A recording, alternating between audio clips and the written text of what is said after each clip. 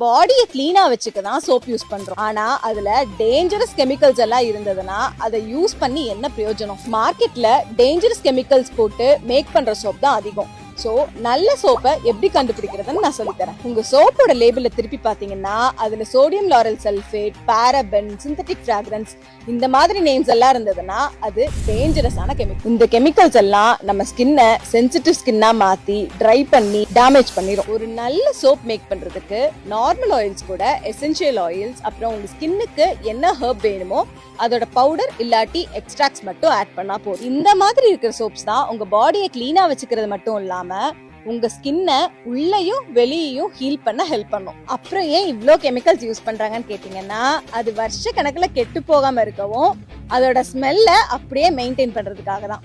So இந்த chemicals எல்லாம் சோப்புக்கு தான் நல்லதே தவிர நம்ம பாடிக்கெல்லாம் இல்ல. நேச்சுரல் சோப்புக்கு மாறுறது தான் ரொம்ப நல்லது.